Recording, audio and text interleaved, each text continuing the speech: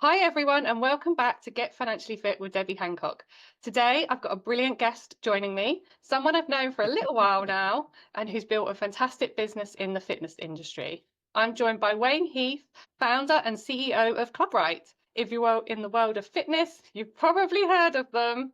They provide software that helps gyms and clubs manage their business more easily and grow in a sustainable way. But today, I wanted to chat to Wayne not about the product, but about his journey as a business owner, the realities of growing a business, managing finances, learning along the way, and building a team around him. Wayne, welcome to the podcast. Oh, thank you for inviting me, Debbie. Really looking forward to this. It's going to be a bit of a deep dive into, well, how we got to where we are. Yeah, ready for a grilling.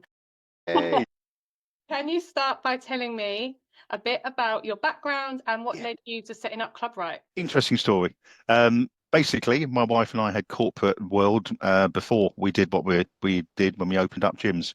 So in essence, I worked for Mercedes-Benz and my wife worked for Marks and Spencer. We both had these corporate roles, had an epiphany, decided that prior to having a family, we wanted to have a change in our working lives and do something for ourselves and get involved in the fitness industry. That led us to open up a gym. We then were very successful with that. But during that early journey, we recognized that we needed systems because previously in our corporate world, I was used to all these systems and I had bits of paper, spreadsheets I'd cobbled together.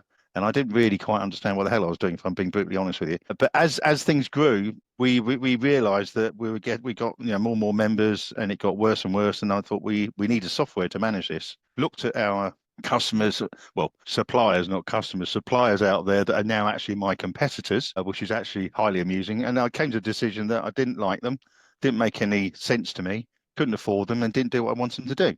So I thought we could do a better thing, and we created what we have today, a gym software that fundamentally is designed from a gym owner's perspective, not just a techie's point of view. So, we have an amazing in-house tech team. Nothing's outsourced as a company, and we build stuff because we know what we're building, and we build it from a gym owner's perspective, and not something that would work maybe, but doesn't work in the real world.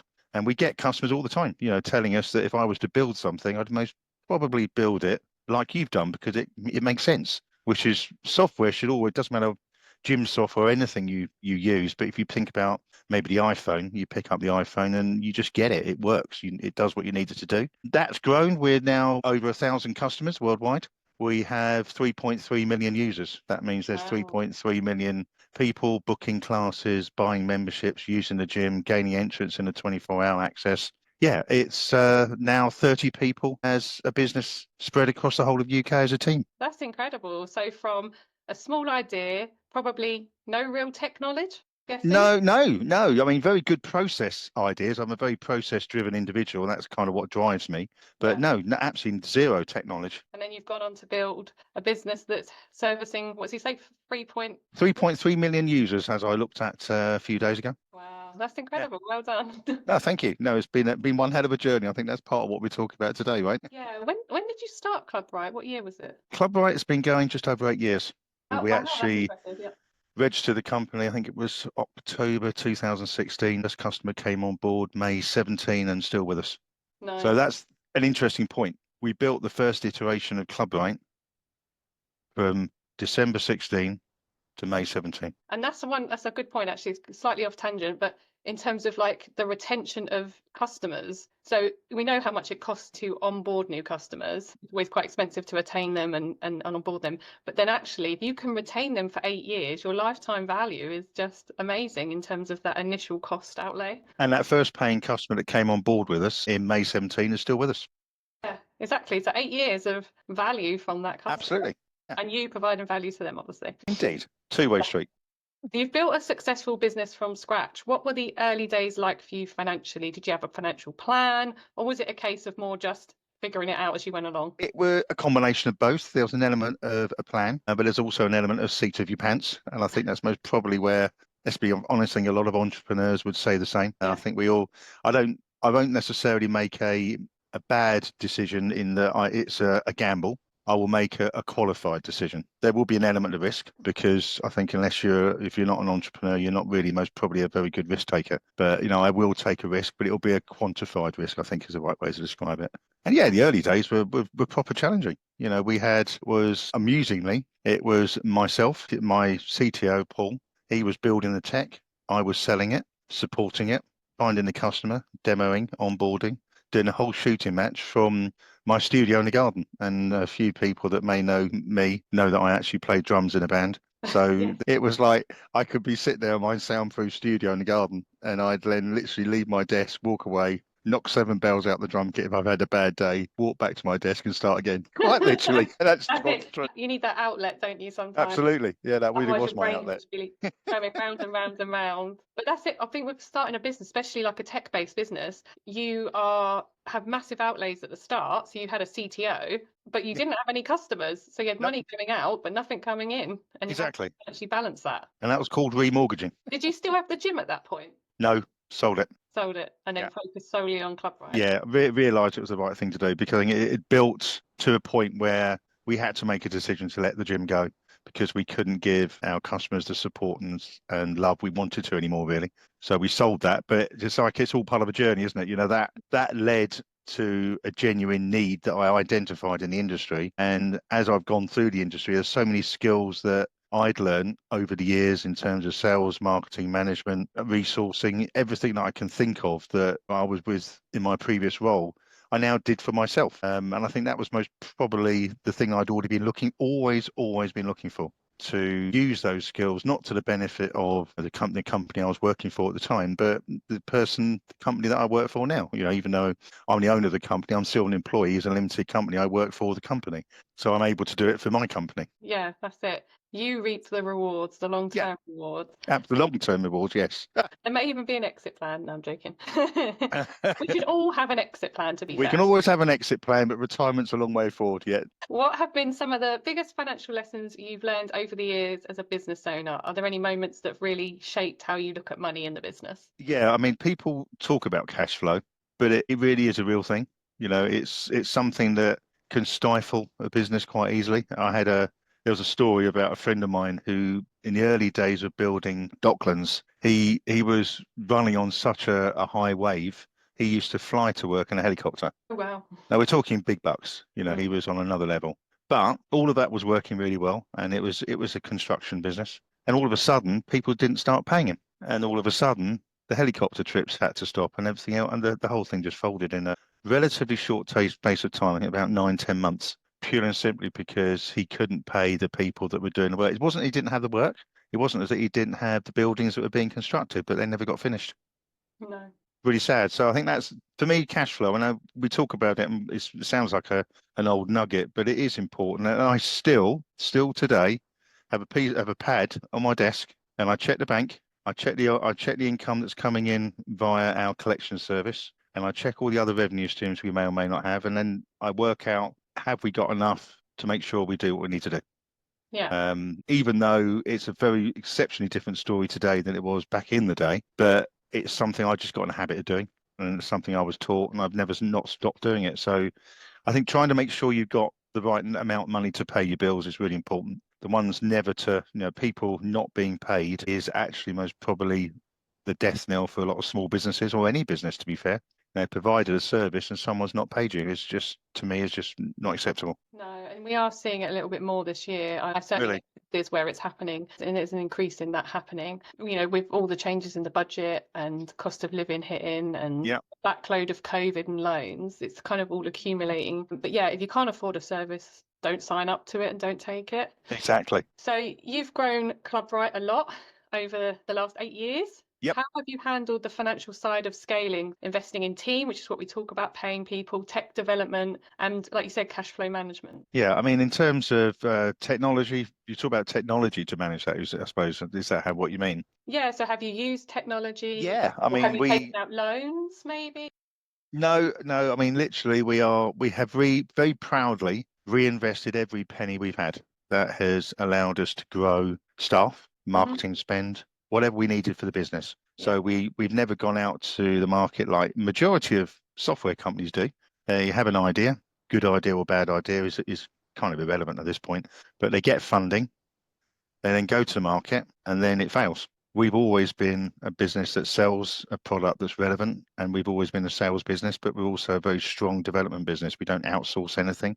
So we have 7 developers. The whole team is part of the company. We don't outsource it to just because we think we can get it cheaper elsewhere, that means we would lose control of what's going on. So it's all in-house. But the important part of everything we do is that we use technology as much as we can to also save us time so we can spend quality time with our customers. So a good example is most probably Intercom.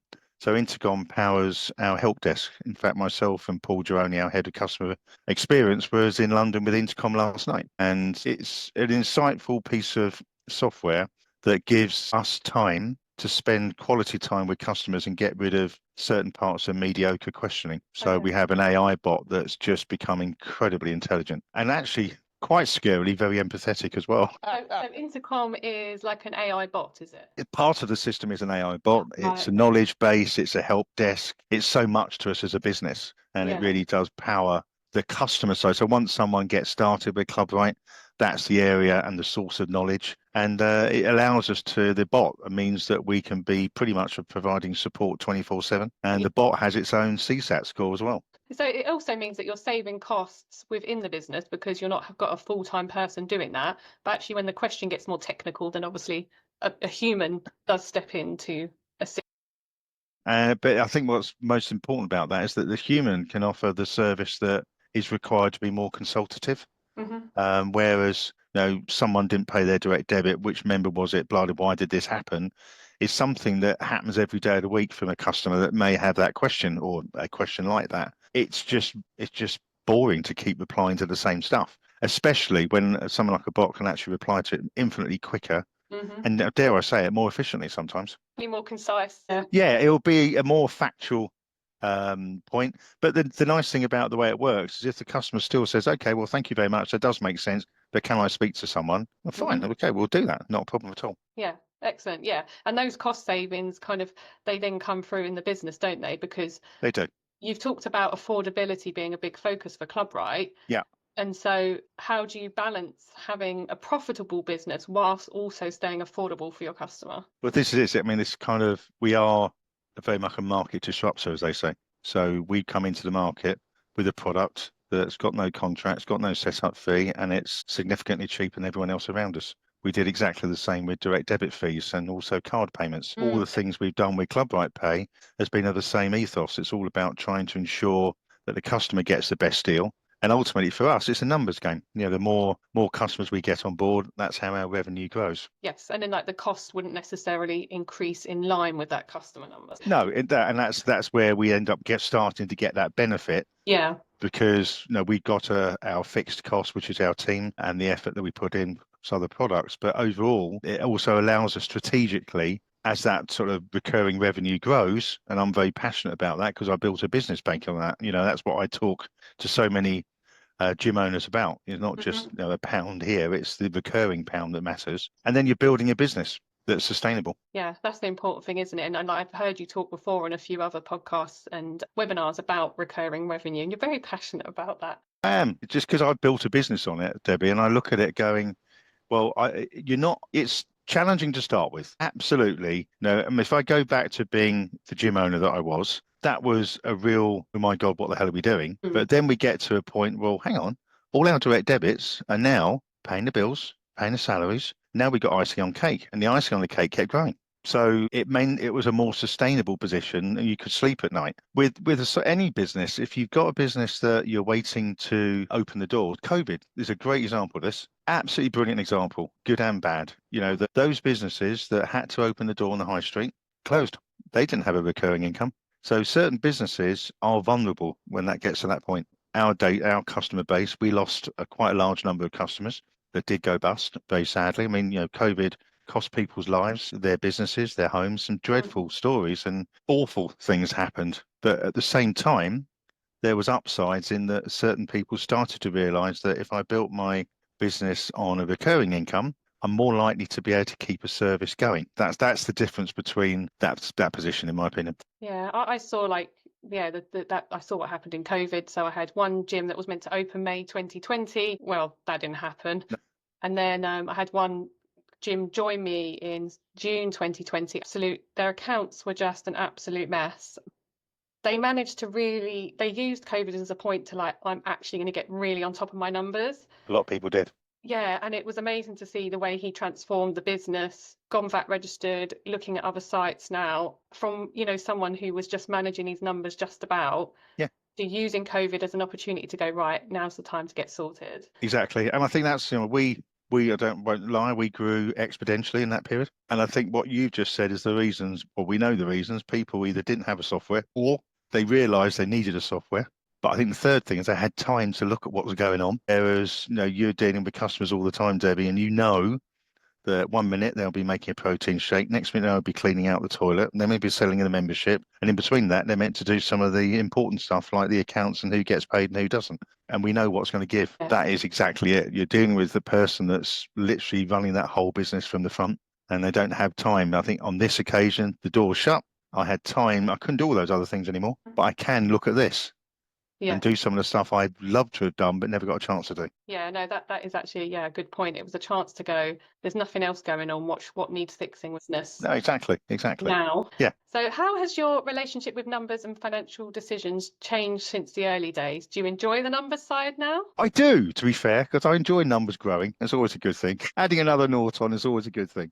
But yeah, I'm very focused on making the numbers work because it's the numbers and seeing that a consistent growth allows us to maybe start employ another onboarding person. We can see that in the numbers. So we use to give an idea of systems. We're a very keen Zero supporter like yourselves and then integrated with them. Now we use ChargeBee for our part of our service, which collects money that goes into Zero. We've got HubSpot as our major, we spend an awful lot of money with HubSpot because it's our marketing, management and customer point of contact tool. And we can start to see as stuff grows and declines, we can make those management decisions are quite easy to make when you've got some numbers to back it up. And that comes back to a little bit to what I said earlier. I will take a risk, but I won't take a total punt.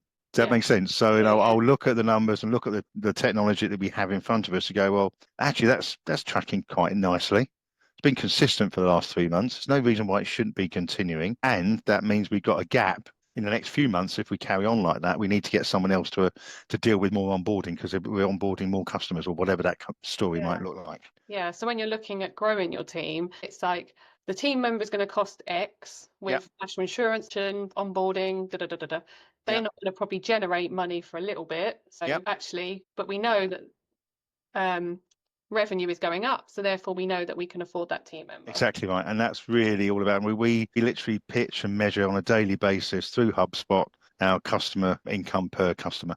So we know how many pounds we make out of every customer overall across all our businesses. Very good. Lots of information. Yeah. So you've got a great team around you. How important has it been having the people that you trust within the business? Singly, the most important thing, people around me that are not just work colleagues, they're friends. They were friends and industry contacts I had before I started ClubRight itself. And that's pretty much how so much of the team has come about.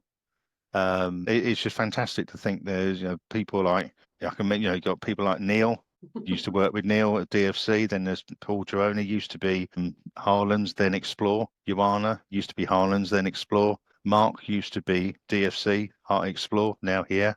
And then you've got Albino, who used to be Harlands, then Explore, and now here. So coming here. Well, yeah. Well, maybe people like coming to here from Explore. No, sorry. But no, the reality is that, it's interesting because the only people that we've had to pay a recruiter for, and this is not knocking recruiters because they are actually hard to find a decent one. And we have got a fantastic guy who deals with us for our developers. The only people that we've actually gone out using a recruiter for has been our development team. Right. Having said that, what is interesting, there's no learning curve to have. Interviewing for a job I've never interviewed, and actually not necessarily a developer, but I still can't write the code, but I have an exceptionally good understanding of the architecture of things now. Oh, okay, yeah. And that's obviously quite important.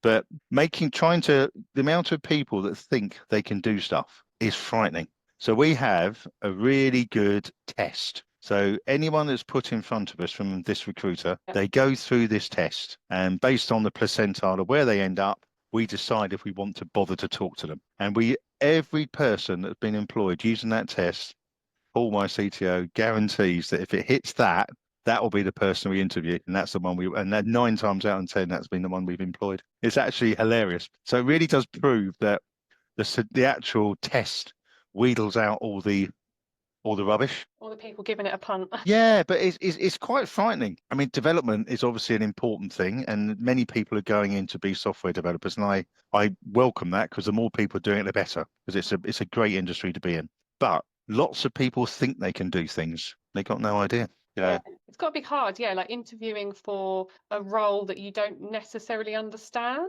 So you Yeah. understand, the customer facing stuff, because and the marketing because you've done all that. Yes. But When that's it's not where actually most myself and done. Paul do it together, you see. So Yeah. Paul will do the tech side and I do the people side. And Paul will go, we'll be maybe talking as we are, but we have a separate messaging thing going up, and you go, yeah, this one, that person could do one. No, this one's really good. Yeah, but this one's worth talking to. What do you think? And then we have that side conversation as we're having a Zoom call, much like we're doing the interviews now. I Yeah. mean, two of our developers who had actually never met them until 18 months down the road after COVID kind of literally did one. Okay. Yeah. But they started working with us in, I think one was March 20 and the other one was April 20. And we'd employed these developers, and then suddenly the world imploded. But we never met them for 18 months. We met them like we are now, virtually. But we Yeah. never met them face to face. Well, yeah, I've never actually met some of my clients face to face. Some actually, a couple of my clients I met at the awards. Oh, okay. You know the ones in Leicester? Yes, they're yes, called. the NFAs. Yeah, I met them Yeah, up there when I went. yeah. And that's Yeah. nice, though, isn't it? I mean, we do, so many of our customers, we've not met any of them, not all of them. But when we do get a chance to meet people at expos, or we've got Elevate coming up soon, obviously Performex earlier this year, and FIBO and all these other events that are going on, that's the time we get a chance to meet existing customers and also new customers as well, of course. Yeah, well, that's the point of going, isn't it? It's like It when you is. go to these events, you're obviously paying to sponsor them or whatever. It's paying for a stand. I still remember Neil getting blood over the stand at the independent gym event. Yes, yeah. And we only just recently took that old stand down the skip because we need Oh, to really? clear out some space in the office. Oh, We dear. had all this blood down this fabric. Yeah. Oh, God. Yeah. And yeah, so the point of going to these events is there's an ROI, isn't there? There's a return on investment. Yeah. And so it's not about doing these things just willy-nilly. It's about actually having a strategic plan behind what you're choosing to do with your money. Exactly. I mean, at Elevate, we're at Elevate again this year, bigger stand than last year. And we're also sponsoring the lanyard pieces as well. Our names on all the cards for that. We've also got a talking spot where I'll be talking about, surprise, surprise, recurring income. In that drum again. Well, Yeah, well, if I like it to play the works cash and it flow one, helps, and that's you what play it's the. about. Yeah, I do the cash flow, you do the recurring revenue. Absolutely. Yeah, there we are. Everything's a winner. So, what advice would you give to other business owners within the fitness industry about managing their finances or making more confident financial decisions? I think the first thing, just as a matter of interest, we still see a very large amount of our business month in, month out are startups. We do try to offer a lot of support and help for startups, giving them some ideas around a plan of what they might want to do for marketing. But I think so much of it is based on research. Researching the place you're going to go to. Is it the right place? Is it going to give you what you need? And there's some fantastic businesses out there that can help. A company that we just recently partnered with, DB Leisure, they can give you all the information you could ever need to actually understand, is this building and this town the right place for a gym, for example. Beyond that, it's also a case of we see gym owners falling into two camps. They're either the people that have planned things well, understand what's going on, realize they need direct debits, realize they need a software, realize they may or may not need access control, and they're very well planned. The other side is someone who's not so organized. They bought all the equipment, decided they wanted to buy a gym, and actually thought about the equipment and a place for their mates and everyone to. I mean, it's a bit extreme, but you got the flavour of, are we going to make a sustainable business out of this?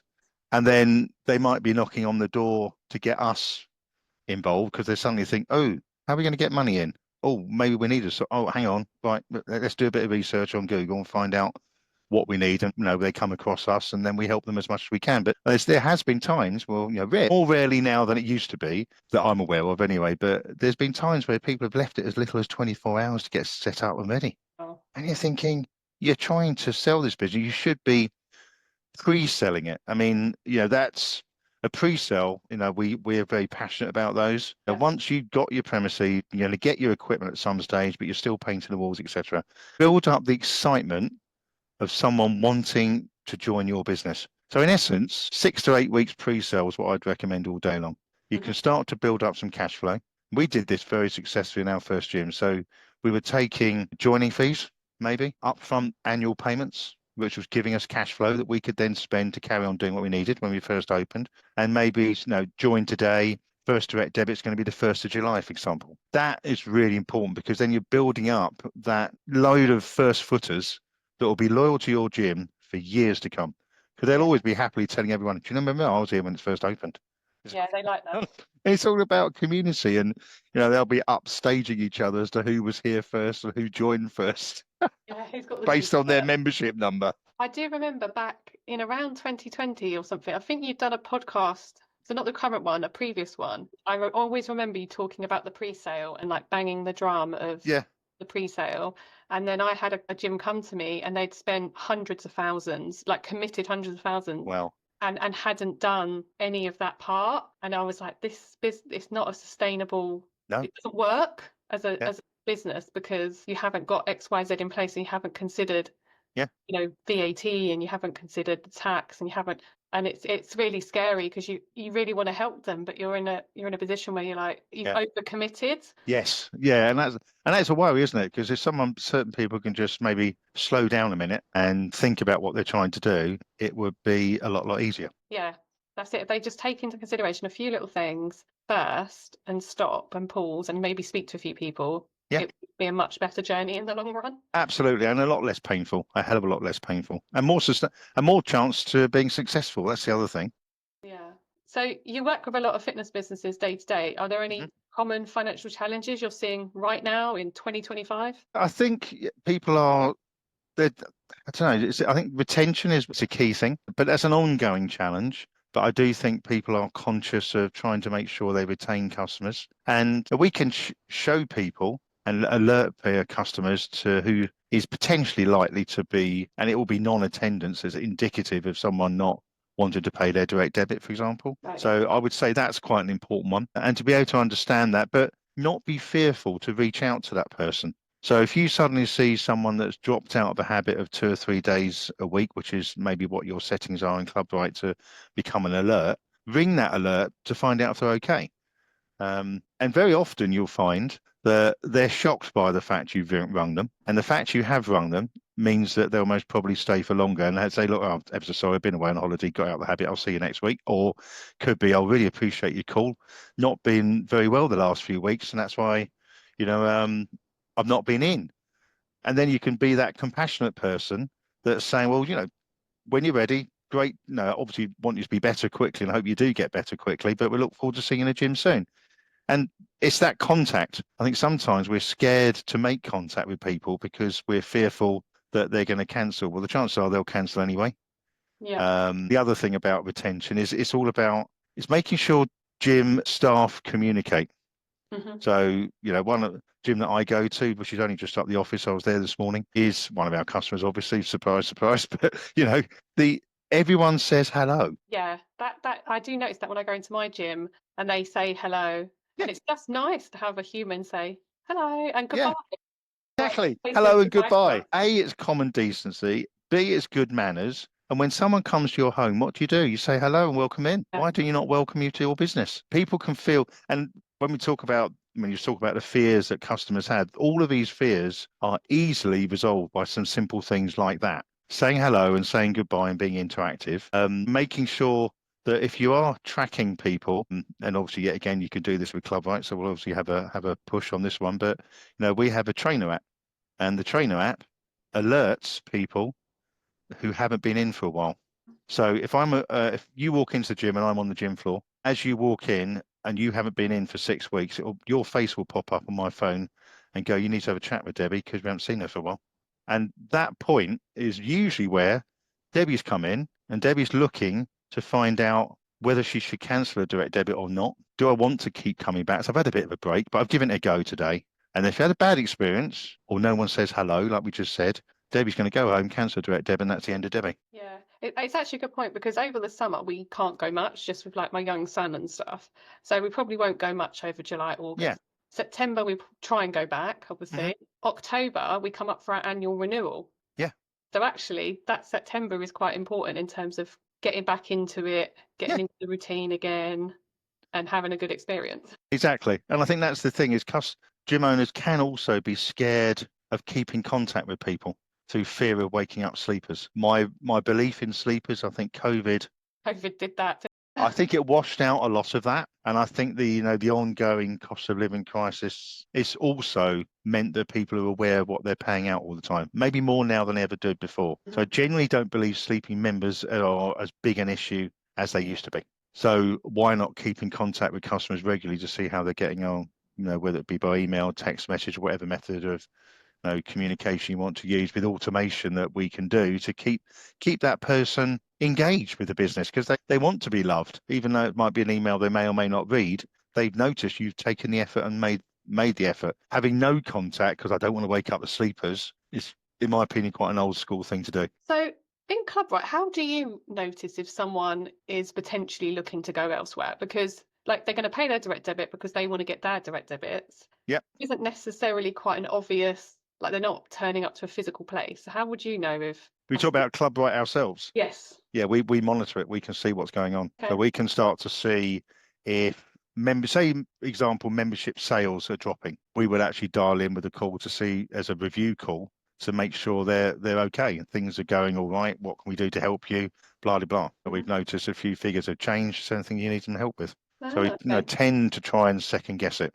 Yeah. Oh, that's quite good. Well done. Yeah. Finally, if you could Yes. go back and give yourself one bit of financial advice when you started ClubRight, what would it be? What would it be? I think having a bit more money personally behind me would have been, I mean, as advice, just to think about knowing that I still had a mortgage to pay, a family of 5 of us, a car to run, just all I was used to a salary before, and then that suddenly stopped. To me, that was most probably the biggest challenge. I don't think we'd properly thought out how much money we needed to survive. And fortunate enough, my dad, God bless him, he was able to help us out. But I think if he hadn't, it might have been a slightly different story because I was getting close on credit cards and overdrafts and Christ knows what else to do what we did because I was desperately conscious of not wanting to raise loads of capital or to do things that I'd seen other software businesses do. I wanted to be in control of it. Wicked, thank you. So Wayne, thank you so much for coming on and being so open about the realities of business, finance and growth. Before we wrap up, what is the best place for people to find out and learn more about ClubRight? Well, you've got our website, which is clubright.co.uk, of course. I'm on LinkedIn, I'm on Facebook. I have an email, wayne@clubright.co.uk. Always around, always happy to talk to gym owners and help people. We'll be at Elevate very shortly, 18th and 19th of June. We'll be talking there as well. Lots to share and a big show offer to announce on the day the show opens as well. You got an announcement, did you say? A show offer. Show offer. And watch this space. If you're not with ClubRight now, you will be then. A good reason to go to Elevate. Absolutely. Absolutely. So I'll pop your links in the show notes. Thank you to everyone for listening.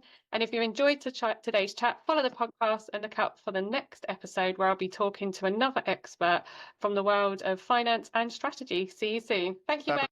Bye. Thanks, Debbie.